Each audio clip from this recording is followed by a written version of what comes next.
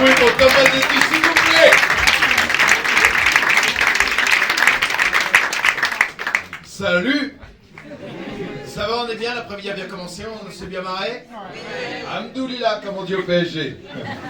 Salut, ça fait plaisir, vous êtes beaux, c'est rempli, il y a du monde, c'est nickel, j'adore, je kiffe, j'arrive dans notre comédie club, c'était pas la même. Ah non, notre comédie club du côté de Barbès. Ouais, ça rigole déjà, ouais. Ouais, un comédie club, un bar. Enfin, un bar, une chicha. Un vrai repère de blédard, le truc, tous avec la moustache, putain. Même les hommes, hein.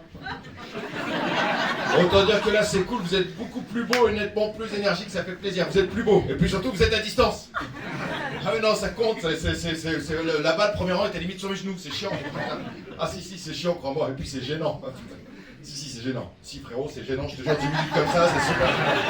On est d'accord. Ah, tu vois, t'es gêné. C'est gênant comme ça. Pour moi aussi, c'est gênant. En moins de 2 minutes, avec mon jean moulant, tu devines ma religion. C'est chaud. Non, c'est chaud.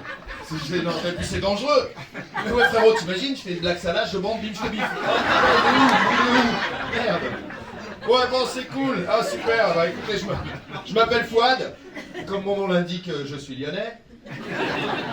Enfin, lyonnais, je suis moitié lyonnais. Je suis moitié lyonnais par ma mère et aussi moitié algérien par un ami de mon père. Et moitié algérien, je sais pas, parce que je sens avec les années que mon côté algérien prend le dessus. Donc je sens, tu vois, que ça prend. Plus j'avance en âge et moins je suis patient. Parce que là, si tu veux, là j'arrive à un âge un peu critique, j'ai 35 ans. Bientôt 43 et là je sens mon côté algérien qui monte, tu vois, je suis pour un rien vénère. Et ça c'est la marque de fabrique des Algériens, si vous en côtoyez, vous le savez, ça, les Algériens sont tout le temps vénères. C'est simple, ils sont soit vénères, soit en prison. Donc, mais on sait pourquoi, La NASA a étudié la question, parce qu'ils se sont dit on peut pas laisser. Donc ils ont étudié, et ils ont trouvé que dans l'ADN algérien, il y avait des traces d'harissa. De l'harissa qui se déclenche quand la température extérieure dépasse les 20 degrés. C'est-à-dire tous les jours en Maghrébie. Donc du coup, je suis vénère tout le temps. Et je le sens dans l'éducation de mes enfants. Donc là, j'ai 2 filles, 17 et 19 ans. On a des parents, par applaudissement, on a des parents dans la salle. Ouais, les parents, ouais. Quel âge les mots? 25 et 23. Oh putain, tu les as fait jeunes, bravo. Donc là, t'es tranquille, donc t'es nickel. Derrière, 17 ans. 17 aussi, ouais. Donc les câlins, c'est terminé, c'est comme moi, tu vois. Donc c'est ça, moi je suis à un âge, si tu veux, enfin mes filles... Oui, il y a une conférence qui se fait. Vous étiez en train de débattre sur l'âge de vos enfants, c'est par là? Ok, d'accord.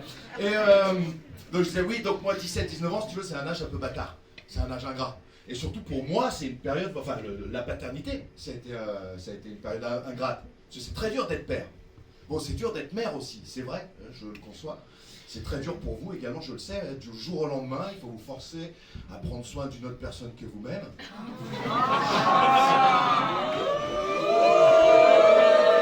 Une personne qui vous apporte aucune attention, qui vous couvre pas de cadeaux, c'est l'enfer. Et c'est dur d'être père aussi, c'est super dur, surtout pour moi. On a à peu près le même âge, je crois, là. Donc si tu veux, on est d'une génération où nous, on nous demande de faire exactement la même chose que la mère. De nous occuper des enfants comme la mère. Sinon, on nous fait culpabiliser. Alors que nous, notre référence, nos pères, on leur demandait rien. Ouais. Hein, tu sens des espoirs dans sa réaction. Tu sens ça. Ouais. C'est exactement ça, tu vois. Nos pères, on leur demandait pas ça, tu vois, on leur demandait pas de s'occuper de nous. On leur demandait pas de nous emmener à l'école, de participer aux fêtes de fin d'année d'école, de faire les sorties d'école. Mon père, il savait même pas si j'allais à l'école. Alors que là, nous, on nous demande d'assister, tout ça, et en plus, on est dans cette espèce de philosophie d'éducation Montessori, t'es un subbi, tu vois. Où il faut valoriser l'enfant tu vois, pour pas nuire à son éducation, à son évolution. Tu vois, moi, à ma génération, les enfants, fallait qu'ils ferment leur gueule pour pas nuire eux-mêmes à leur évolution. Tu vois. Là, le gamin, il faut le valoriser tout le temps. Oh, Bastien, c'est magnifique. Oh, comme tu tapes fort sur le clavier de l'ordinateur de papa. Qu'est-ce que c'est beau. Et comme tu croules par terre, un vrai gymnaste, Bastien. Mais à 15 ans, faudrait faire autre chose. Moi, c'était différent, tu vois, ma gamin, tu faisais le moindre bruit pendant que mon père était tranquille. Oh! Pardon, papa. Je croquais dans ma pomme. Un après-midi, je me souviens, putain, avec mon frère, on avait fait le bordel dans la cuisine. Oh putain, je m'en souviens encore, c'était il y a des années. On était mon père était tranquille, assis dans le salon, tu vois, en train de mater son émission préférée. Et nous, avec mon frère, dans la cuisine, c'est vrai, on avait pris la confiance. On avait foutu un peu le bordel, mon père vénère. Bon, c'est quoi ce bordel? Tellement vénère que ma mère obligée d'intervenir, tu vois. Pardon, mon chéri, on était en train de fêter l'anniversaire de Fouad. Allez, les enfants, joie. Ah, c'est chaud.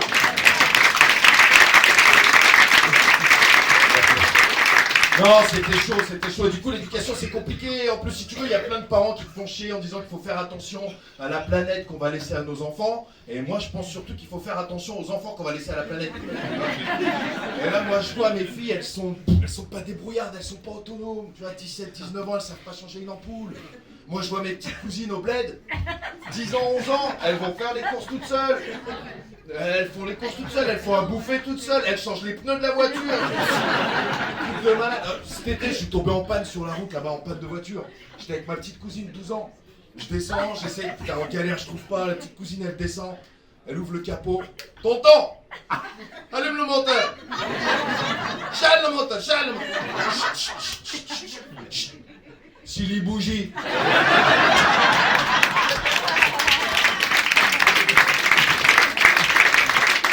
Truc de dingue. Et puis en plus, moi je vois, tu vois, je leur ai pas rendu service à mes filles. Parce qu'en fait, je leur ai donné tout ce que je n'ai pas eu. Moi, je suis issu d'une famille plus que modeste. Tu vois, on était pauvres quand j'étais gamin. On était pauvres, tellement pauvres que jusqu'à mes 8 ans, j'ai dû dormir avec ma grand-mère. Ça me fait rire, merci mon père. Ouais, jusqu'à mes 8 ans, j'ai dû dormir avec ma grand-mère.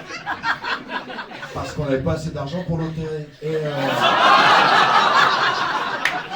c'est chaud, non, c'est froid, c'est ouvert. Attends, parce que j'ai plus beaucoup de temps, donc parce que, ouais, et donc du coup, on était pauvres, et donc comme moi avec qui, j'ai essayé de compenser, je leur ai donné, mais je leur ai pas rendu service. Elles n'ont aucune notion de l'argent. Aucune. Tu vois là, leur dernière lubie, par exemple, c'est de me faire construire une piscine. Oui, parce que j'habite en banlieue, à 45 minutes de Paris, dans la campagne, grande maison, grand terrain, parce que la vie s'est bien passée pour moi, alhamdoulilah. Là, elles veulent me faire construire une piscine, mais sauf qu'une piscine en région parisienne, tu t'en sers jamais, il fait dégueulasse à chaque fois. Et puis en plus, une piscine, ça va trop me rappeler mon ex. Ah, bah ouais, ça coûte cher à l'entretien. Tes voisins l'utilisent en secret quand t'es pas là. Je vais vous laisser là-dessus, mesdames et messieurs.